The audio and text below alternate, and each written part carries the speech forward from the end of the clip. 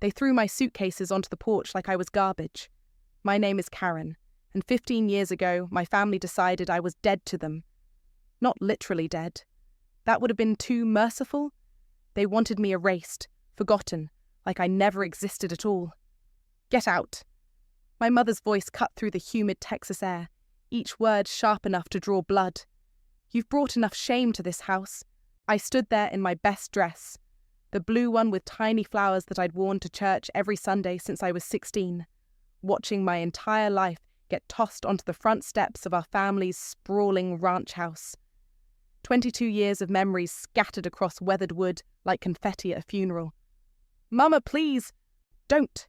She held up her hand, and I saw her wedding ring catch the afternoon light, the same ring she'd worn while teaching me to braid my hair, while bandaging my scraped knees, while telling me bedtime stories about princesses who always did what they were told. You made your choice. My choice. Right. Because refusing to marry a man whose smile made my skin crawl was really a choice. Aunt Vivian emerged from the shadows of the doorway, her arms crossed tight across her chest. Your cousin Aurora is grateful for this opportunity, she said, like she was discussing the weather. She understands family duty.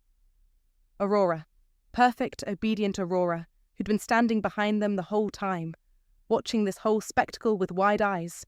She looked like a deer caught in headlights, but she didn't say a word. Not one damn word. Bentley Murray is a good man from a good family, my mother continued. He has money, connections, a future, and you... She looked at me like I was something she'd scraped off her shoe. You think you're too good for what we've given you? I think I should get to choose who I spend my life with, I shot back, surprised by how steady my voice sounded when everything inside me was crumbling. My mother laughed, but there was no humour in it, just venom. Choose? You think this is about choosing? This is about family, about honour, about not being selfish. It's about not wanting to marry someone who makes me feel sick to my stomach. The slap came so fast I didn't see it coming. My cheek burned, but I didn't touch it, wouldn't give her the satisfaction. You will not speak that way about your betrothed, she hissed. He's not my betrothed anymore. I bent down and grabbed the handle of my largest suitcase. He's hers. Aurora finally found her voice. Karen, I didn't ask for this, but you'll take it, won't you?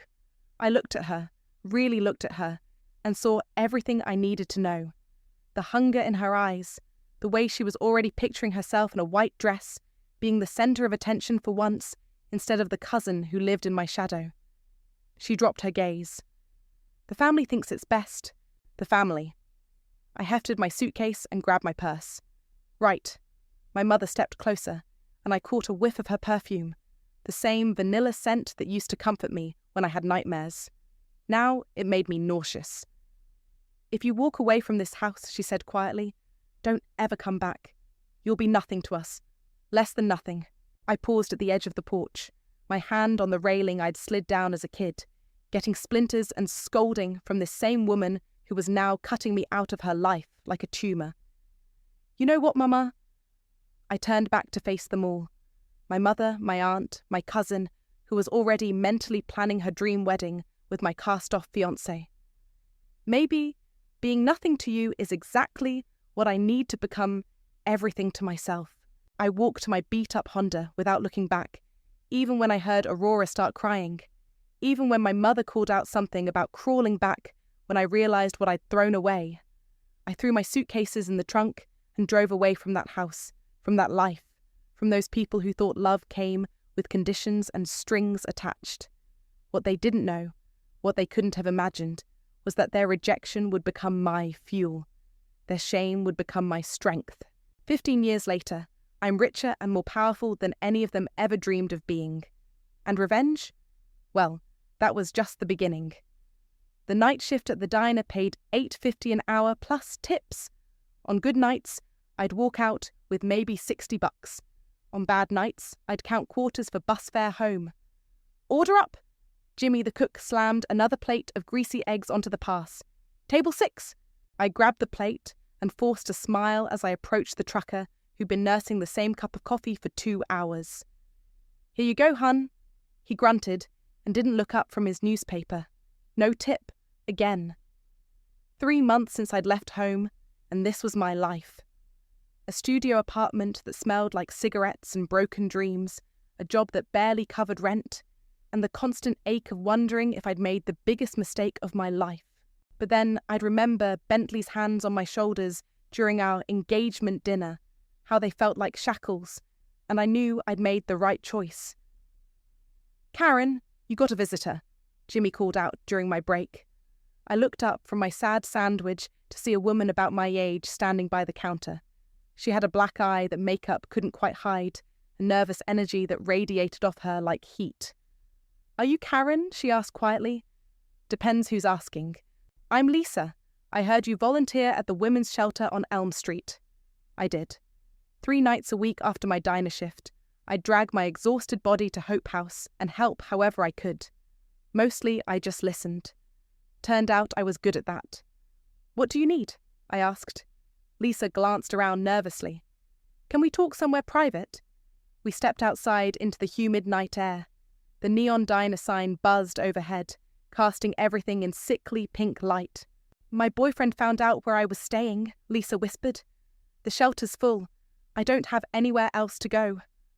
I thought about my tiny studio, about the couch that barely fit 2 people, about the $23 in my checking account.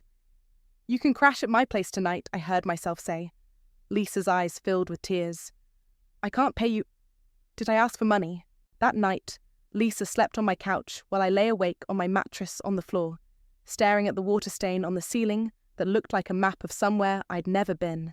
She told me about her ex, about the bruises, about the threats, about how her own family had turned their backs because relationships are complicated and she should try harder to make it work. Sound familiar? "There should be more places," Lisa said in the dark. "More shelters. More people who give a damn." "Yeah," I whispered back. "There should be." The next morning, I called in sick to the diner and walked Lisa to a different shelter across town.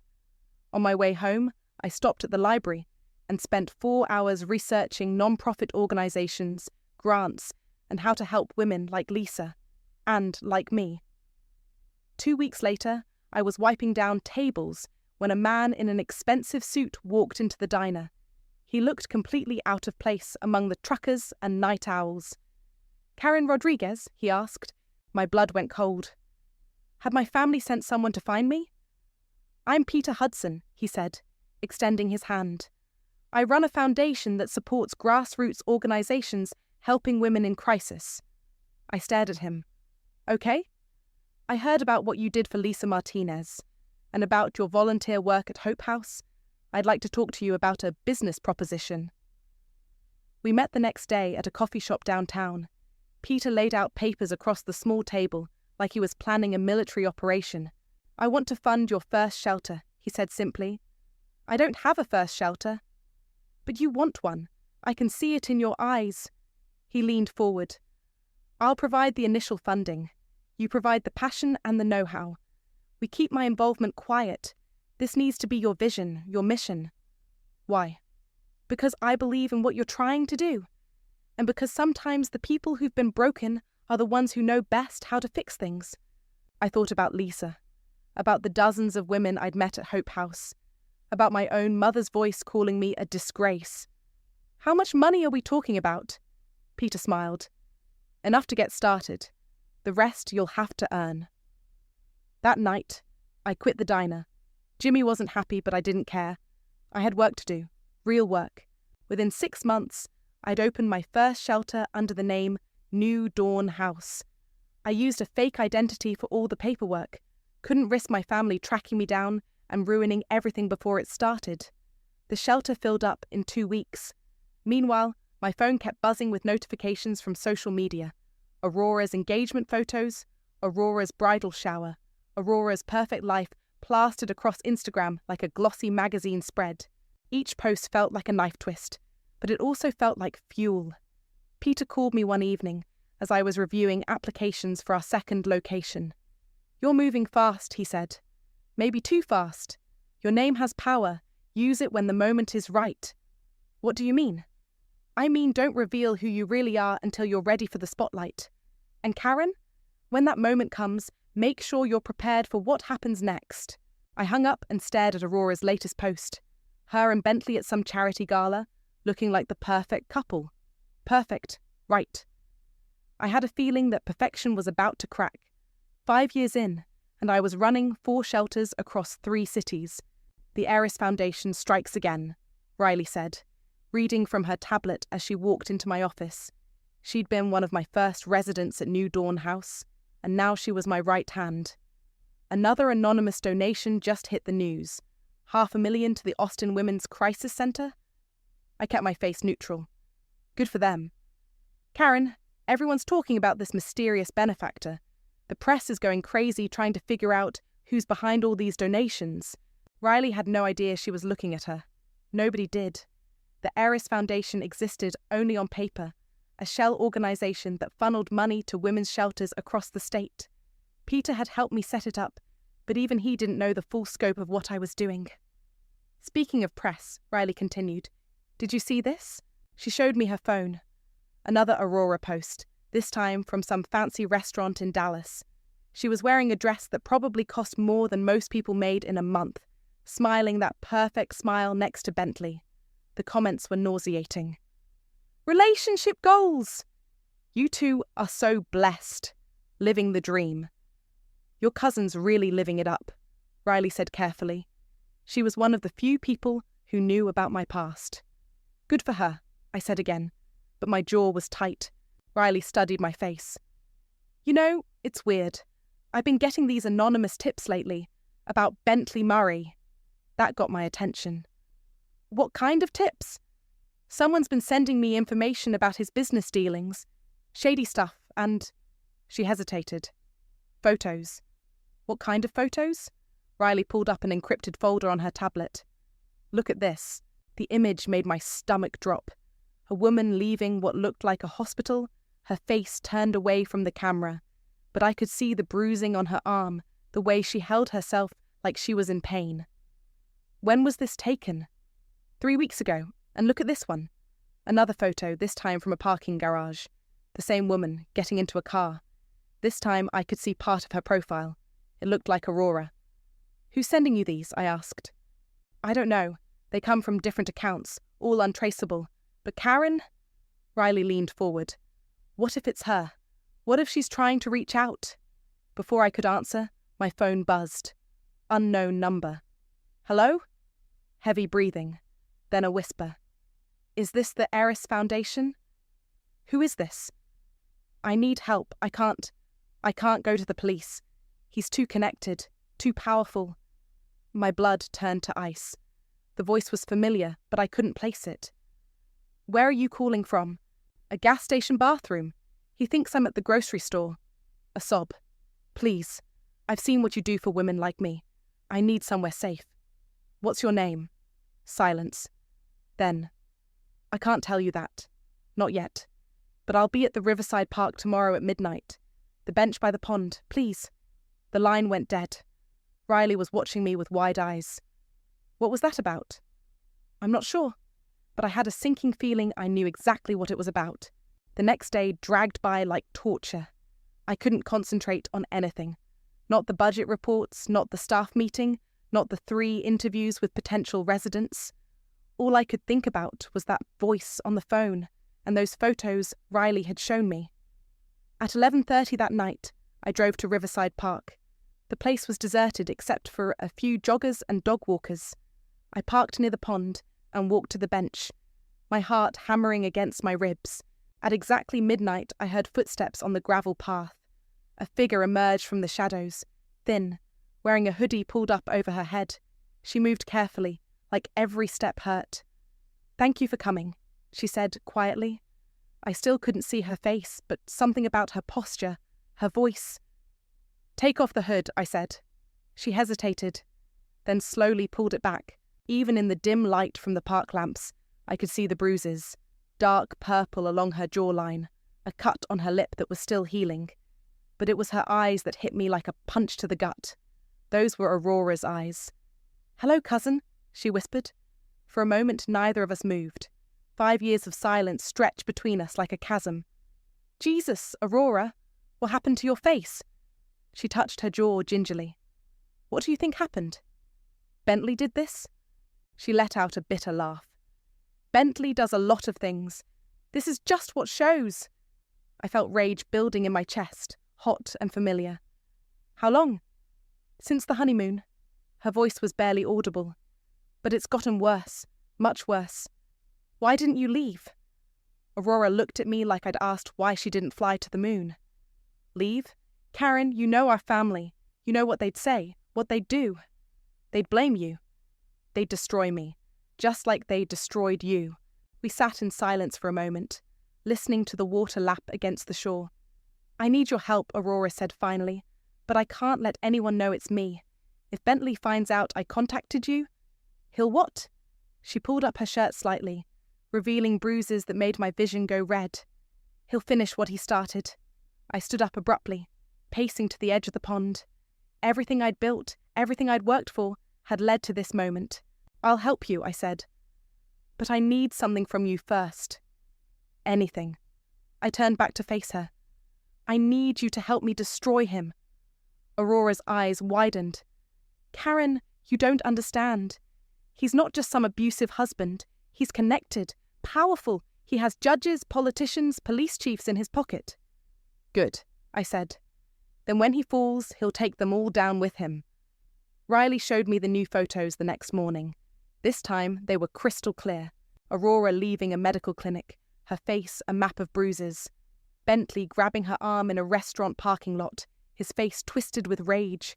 And worst of all, a video clip of him shoving her against a car while she begged him to stop. Whoever's sending these wants Bentley exposed, Riley said. I stared at the images, feeling something cold and sharp settle in my chest. Then let's give them what they want. The call came at 2 a.m. Karen, you need to get to the East Side shelter, now. Riley's voice was tight with urgency. I threw on clothes and drove through empty streets, my mind racing. Emergency calls weren't unusual, but something in Riley's tone had set off every alarm bell in my head. The East Side shelter sat behind a chain-link fence, deliberately unremarkable. I'd designed it that way. Grey brick, small windows, nothing that would draw attention. Safety through invisibility. Riley met me at the gate, her face grim. They're in the intake room?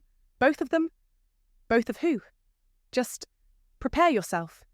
She led me through the security doors, past the common area where a few women sat watching late-night TV, their faces hollow with exhaustion and trauma I knew too well. The intake room was at the end of the hall, behind a heavy door marked Private. Riley knocked softly. It's me. The door cracked open, and I saw Maria, our night supervisor, peek out. Her eyes were wide with something between shock and fear. They asked for you specifically, Maria whispered. The older woman knew your real name. My blood turned to ice. What older woman? Maria stepped aside, and I saw them.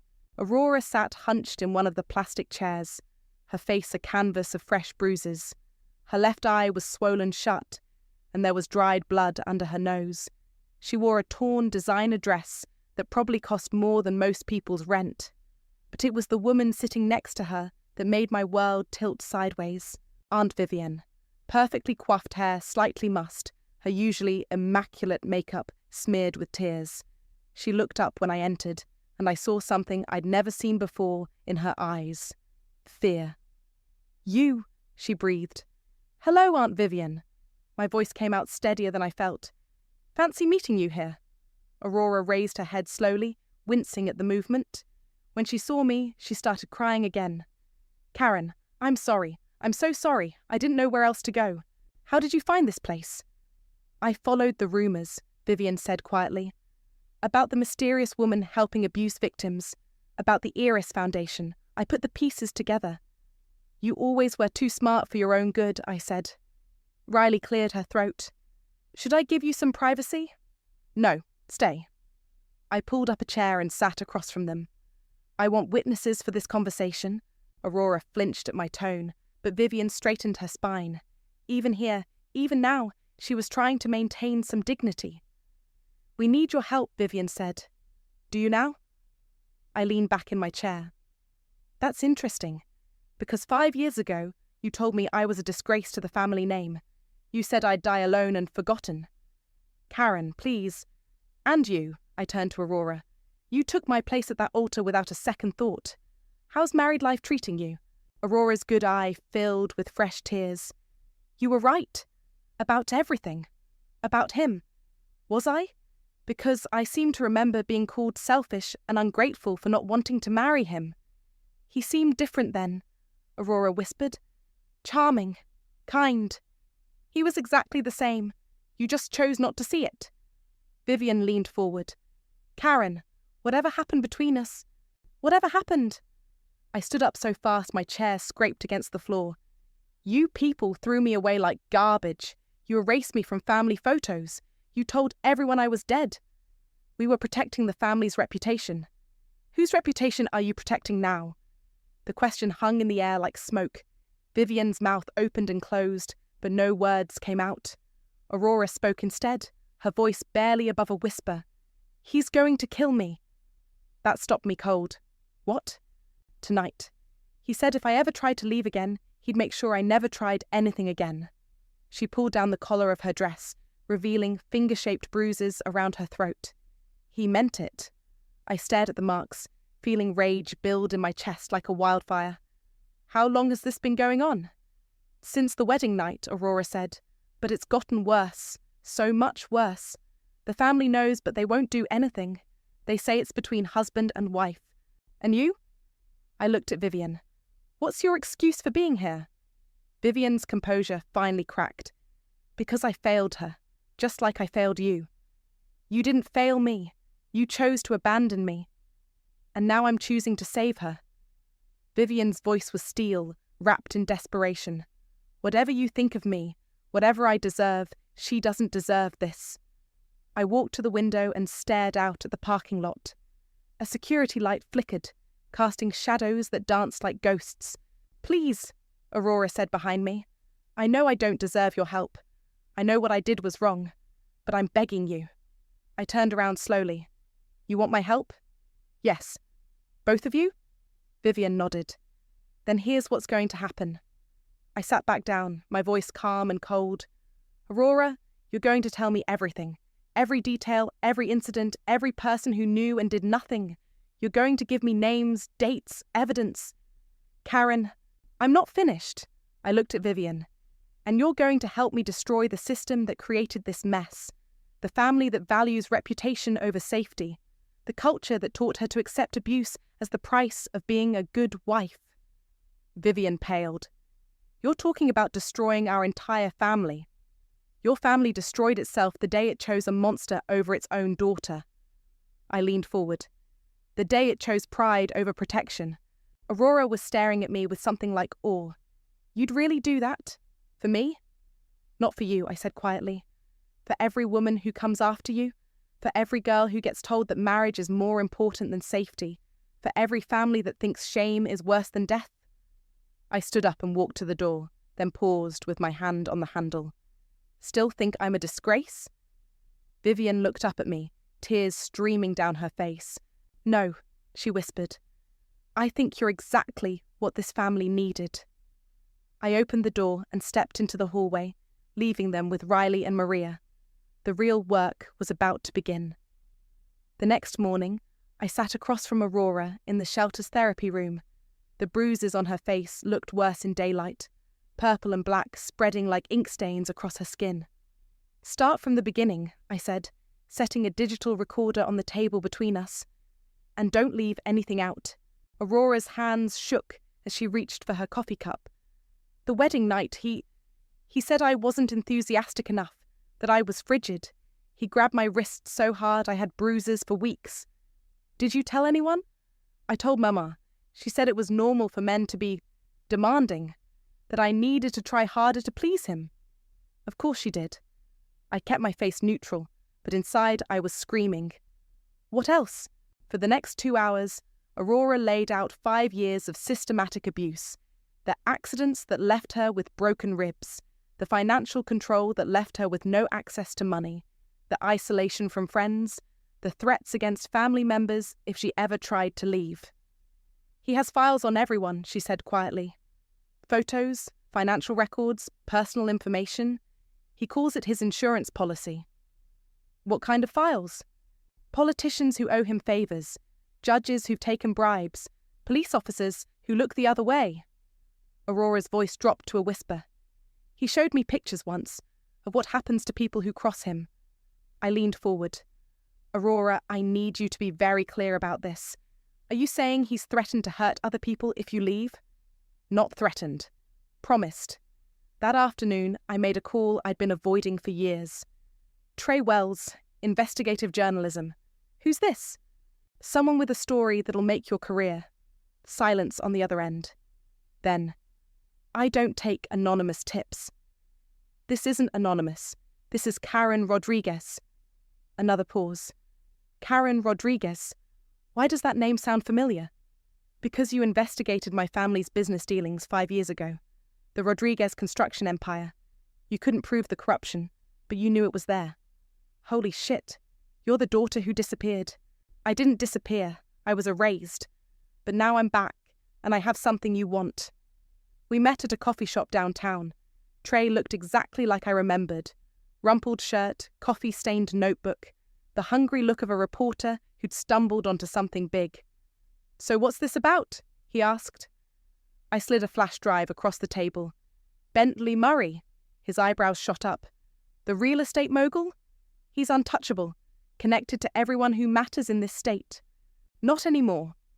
I tapped the flash drive. Financial records, voice recordings, video evidence, everything you need to bring him down. Trey picked up the drive, turning it over in his hands. What's your angle here? Why come to me? Because he's been beating my cousin for 5 years, and my family's been covering it up to protect their precious reputation. Jesus.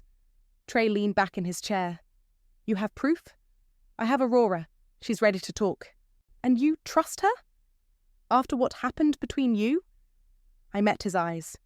I don't trust her, but I trust her fear, and I trust her desperation. That evening, I found Vivian in the shelter's garden, sitting on a bench and staring at nothing. How is she? I asked, sitting down beside her. Broken, but alive. Vivian's voice was hollow. The therapist says she has severe PTSD, that it'll take years to undo the damage.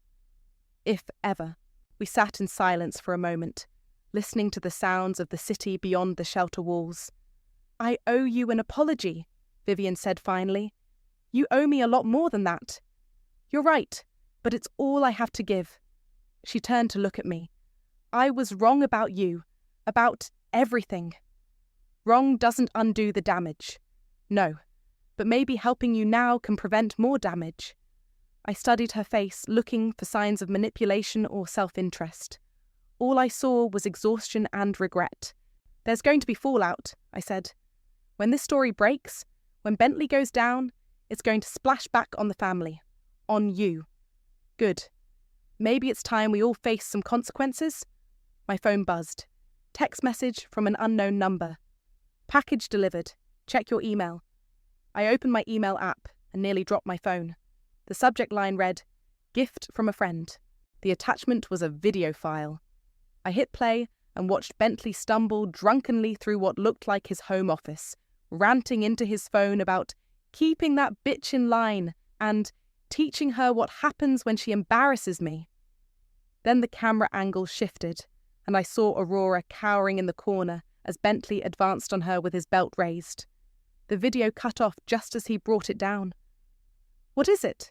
Vivian asked, seeing my face. I showed her the phone. She watched for 30 seconds before turning away, her hand over her mouth. Who sent this? I don't know, but whoever it is, they want Bentley destroyed as much as I do. My phone rang. Trey's number. Karen, I've been going through this material you gave me. This is explosive. But I need more. I need Aurora to go on record. She will. And I need you to be prepared for what comes next. When this story breaks, your family's going to come after you with everything they have. Let them come. They'll try to discredit you. Say you're doing this for revenge. Maybe I am. Karen? Trey, my cousin has been getting beaten for 5 years while my family look the other way. If that's not worth some revenge, what is? I hung up and looked at Vivian, who was still staring at the frozen video on my phone. "Are you ready for this?" I asked her. She took a shaky breath. "Are you?" "I've been ready for 15 years. That night I got another anonymous message. This time it was just 2 words. Press conference. Attached was an address and a time, tomorrow at noon. The real war was about to begin. Trey's first article hit the internet at 6 a.m. Real estate mogul's dark secrets, a pattern of abuse and corruption. By 7, my phone was ringing non-stop. By 8, news vans were parked outside 3 of my shelters. By 9, Aurora was hyperventilating in the safe room, while Riley tried to calm her down. "I can't do this," Aurora gasped between breaths. "He'll kill me. He'll actually kill me." "He can't touch you here," I said, but even I wasn't sure I believed it. My phone buzzed. Text from an unknown number. "Check the news. Channel 7. I turned on the TV just in time to see Bentley walking out of his office building, surrounded by reporters shoving microphones in his face. "Mr. Murray, do you have any comment on these allegations?" Bentley flashed that charming smile that had fooled everyone for years. "These are baseless accusations from a disturbed individual with a history of mental instability. My legal team will be responding appropriately." "Are you referring to your wife?" "I'm referring to a family member with a documented history of delusions and attention-seeking behavior." The bastard was already trying to spin this as Aurora being crazy. My phone rang. Unknown number. "Hello? Karen, it's your mother." I hadn't heard Hazel's voice in 5 years. It hit me like a physical blow. "What do you want?" "We need to talk, face to face." "I don't think so." "Please, this is about Aurora, about the family." "The family that disowned me? That family?" "Karen, please. 1 hour. The old church on Maple Street. Just you and me." Against my better judgment, I agreed. The church sat empty in the afternoon heat, its stained glass windows casting coloured shadows across worn wooden pews. Hazel was already there when I arrived, sitting in the front row where our family used to sit every Sunday. She looked older, smaller. The iron-backed woman who'd raised me had been replaced by someone fragile and uncertain. "You came?" she said, without turning around. "I'm here. Talk." She patted the pew beside her. "Sit with me." "I'll stand." Hazel sighed and finally turned to face me. Her eyes were red-rimmed, her makeup smudged. "I saw the news," she said. And I realised we were wrong. About everything. Took you long enough. Karen, please, I'm trying to apologise. Are you? Because it sounds like you're trying to do damage control. Hazel flinched, like I'd slapped her. Your uncle called this morning. He's furious. Says you're destroying the family name for revenge. Maybe I am. Are you? I looked at this woman who'd given birth to me, raised me, then thrown me away like trash. Does it matter? It matters to me. Why? Because you're finally realising what you lost when you chose reputation over your own daughter? Tears started flowing down Hazel's cheeks. I was scared. We all were. Your father had just died. The business was struggling and you were so defiant, so angry. I was 22 years old and you were trying to sell me to a man who made my skin crawl. We thought we were protecting you, giving you security. You were protecting yourselves. Hazel stood up abruptly, pacing to the altar. You think this is easy for me? Admitting I was wrong? Watching my family fall apart on the evening news? Your family fell apart the day you chose pride over love. And what about forgiveness? What about mercy? I laughed, but there was no humour in it. Where was your mercy when Aurora was getting beaten? Where was your forgiveness when she came to you with bruises? We didn't know how bad it was. Bullshit. You knew, you all knew. You just decided it was easier to look the other way. Hazel turned back to me, her face crumpling. What do you want from me, Karen? What can I possibly do to make this right? You can't. That's the point. So this is it. This is how it ends, with you destroying everything we built? Everything you built was rotten from the foundation up. I'm just letting people see what was always there? My phone buzzed. Text message. Press conference moved to 4 p.m, City Hall steps. Be ready. I showed Hazel the message. I have to go. Karen, wait. She grabbed my arm.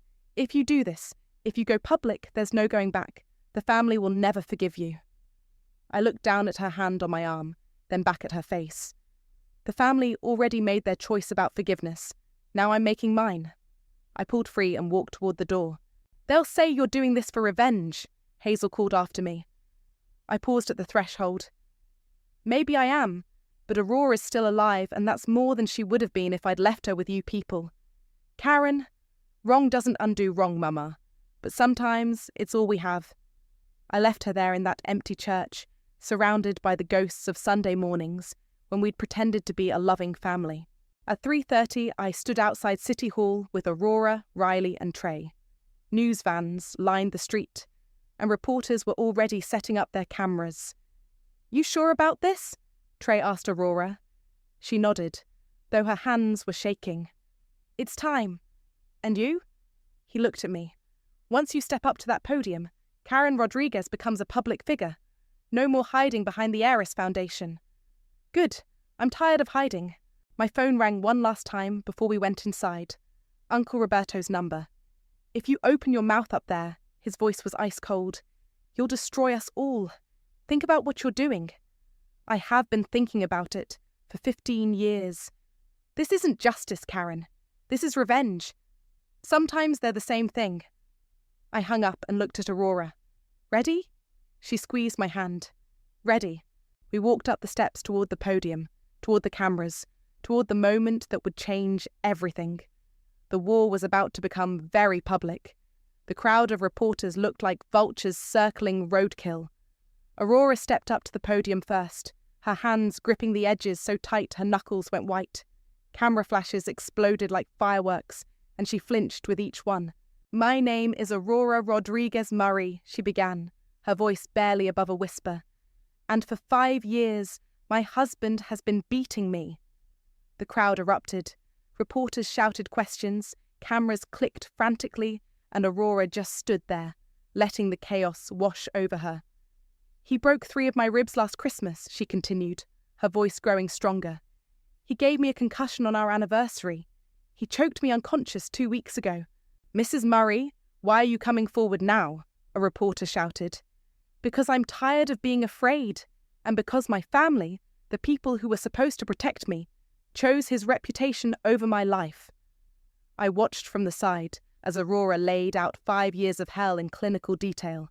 Every beating, every threat, every time she'd begged for help and been told to try harder or be a better wife.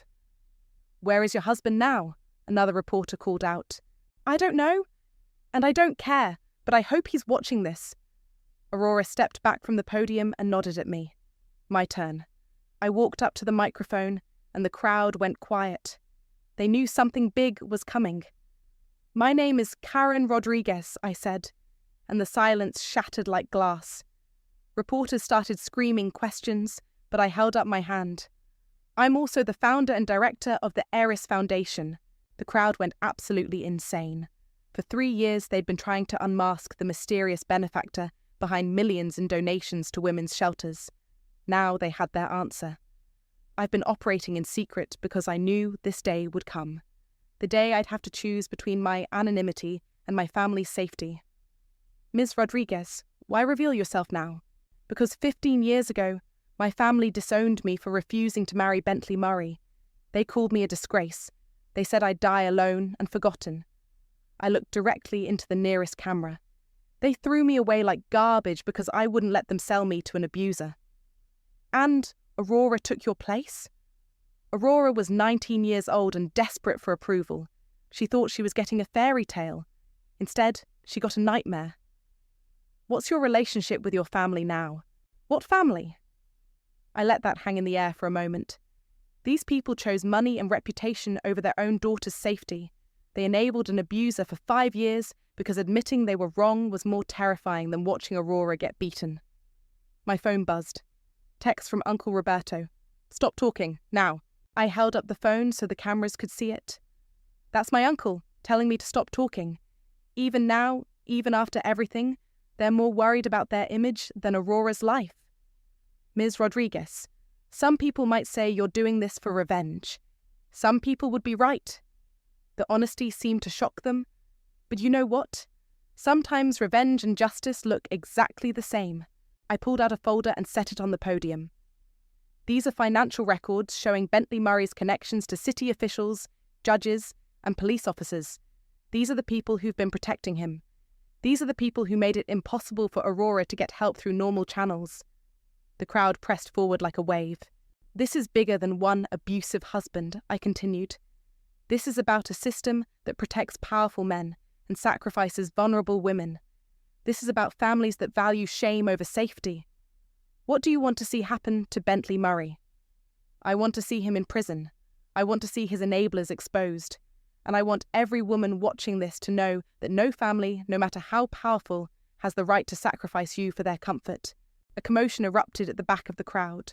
I looked up to see Hazel pushing through the reporters, her face twisted with rage. "Karen," she screamed, "how dare you? How dare you destroy everything we built?" Security moved to intercept her, but I held up my hand. "Let her through." Hazel stumbled up to the podium, tears streaming down her face. "You've shamed us all. You've ruined everything." I leaned into the microphone. "No, Mama, I set myself free. This isn't freedom. This is revenge. This is spite." "Maybe, but Aurora's alive, and that's more than she would have been if I'd left her with you." Hazel raised her hand like she was going to slap me, then seemed to remember where we were. The cameras caught every second of her rage, her shame, her complete loss of control. "You were supposed to be my daughter," she whispered. "I was your daughter, until you decided reputation mattered more than love." Hazel looked around at the cameras, at the reporters, at the crowd of people witnessing her family's complete destruction. Then she looked back at me. "I hope you're happy," she said. "I'm not happy, Mama, but I'm free." Security finally escorted her away as she screamed about family loyalty and public humiliation.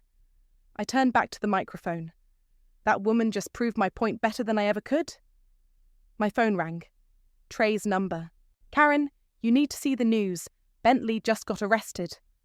I looked out at the sea of cameras and reporters, at Aurora standing beside me with tears streaming down her face, at the chaos we'd unleashed. "Good," I said into the phone, loud enough for the microphones to pick up. "It's about damn time." The crowd erupted again, but this time it sounded different. This time, it sounded like justice. The magazine cover arrived on a Tuesday. Time's Person of the Year. Riley held up the glossy cover featuring my photo. "Karen, this is insane." I was sitting in my office, going through applications for our newest shelter in Phoenix. The requests never stopped coming. Women fleeing abuse, volunteers wanting to help, donors writing checks. The Iris Foundation had gone from shadow organisation to national movement overnight. "It's just a magazine," I said. But I couldn't hide my smile. "Just a magazine? You're on the cover of Time, next to Gandhi and Nelson Mandela." My phone buzzed. Text from Aurora. "Saw the magazine. So proud of you. Therapy session went well today. Dr. Martinez says I'm making real progress." Aurora had been living in one of the transitional housing units for the past month, working with a trauma specialist and slowly rebuilding her sense of self. Some days were better than others, but she was fighting. That was what mattered. "The reporter from CNN is here," Riley announced. I sighed. The interview requests hadn't stopped since the press conference. Everyone wanted to know about the mysterious woman who'd taken down one of the state's most powerful men. "Send her in." The reporter was younger than I expected, maybe 25, with sharp eyes and a digital recorder that she set on my desk like a weapon. "Ms. Rodriguez, it's been 6 weeks since Bentley Murray's arrest. How do you feel about the outcome?" "I feel like justice was served. Finally." "He's facing charges for domestic violence, financial fraud, and witness intimidation. His business empire is collapsing. Some people say you went too far." "Some people said the same thing about women getting the right to vote." She smiled at that. "Your family has been notably silent since the press conference. Any regrets about the public nature of your confrontation?" "None. Even though it destroyed their reputation, their business?" I leaned back in my chair. "They destroyed their own reputation the day they chose to protect an abuser over their own family member. I just made sure everyone could see what was already there." "What about forgiveness? Reconciliation? What about accountability? Consequences?" The reporter scribbled notes. You've received criticism for using your platform for what some call personal revenge. And I've received thanks from thousands of women who finally felt brave enough to leave their abusers. Which matters more? My phone rang. Peter's number. Excuse me, I told the reporter, then answered. Peter? Karen, turn on channel 12, now. I grabbed the remote and flipped to the local news. The anchor was standing outside a familiar building, my childhood home. The Rodriguez family estate, once a symbol of power and influence in the community, is now up for auction. The family's construction business filed for bankruptcy last week, citing legal fees and loss of contracts following the domestic abuse scandal that rocked the city. The camera panned across the sprawling ranch house where I'd grown up, where I'd been thrown out like trash 15 years ago. The windows were boarded up, the lawn overgrown, a for sale sign tilted at an angle by the front gate. Sources say the family has relocated out of state, though their current whereabouts are unknown. I clicked off the TV. The reporter was staring at me, waiting for a reaction. How does it feel to see your childhood home being sold? She asked. Like watching a house of cards finally collapse. Do you feel any sadness? Any regret? I thought about the little girl who used to slide down the banister of that house, who believed her family would always protect her, who thought love was unconditional. I feel free. After the reporter left, I drove to the old neighbourhood. The house looked smaller than I remembered, shabbier. The paint was peeling, and someone had spray-painted "abuser enablers" across the garage door.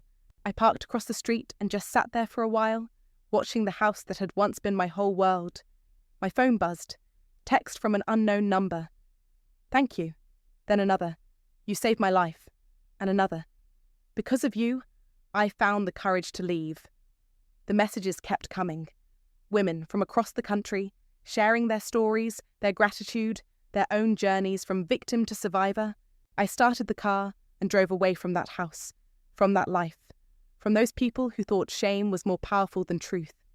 At the shelter, Aurora was in the garden, reading to a group of children whose mothers were staying in our family wing. She looked up when I approached, and I saw something in her eyes that hadn't been there before. Hope. How was the interview? She asked. Fine. How was your day? Good. Really good. She gestured to the kids. Maria's daughter asked me to read to them. It felt normal. Normal's good. Karen? Aurora's voice was quiet. Do you think they'll ever understand? The family, I mean. Do you think they'll ever see what they did wrong? I looked at the children playing in the garden, at the women inside learning job skills and rebuilding their lives, at Aurora herself, broken but healing, scared but fighting. I don't know, I said honestly, but it doesn't matter anymore. Why not? Because we're not waiting for their permission to live our lives. Aurora smiled, the first real smile I'd seen from her since she was 19. They said I'd die alone, I continued, watching Riley coordinate with volunteers, seeing the network of support we'd built from nothing. They said I'd be forgotten. And instead, I looked around at the shelter, at the women we'd saved, at the movement we'd started. Instead, every woman I save speaks louder than their silence ever did. Aurora nodded. This is legacy. This is legacy. The sun was setting behind the shelter walls, casting long shadows across the garden. Somewhere in the distance, I could hear laughter. Women and children who were safe, who were healing, who were learning that they deserved better than the scraps they'd been offered. They said I'd be nothing to them. They were right. I was something much better than that. I was free.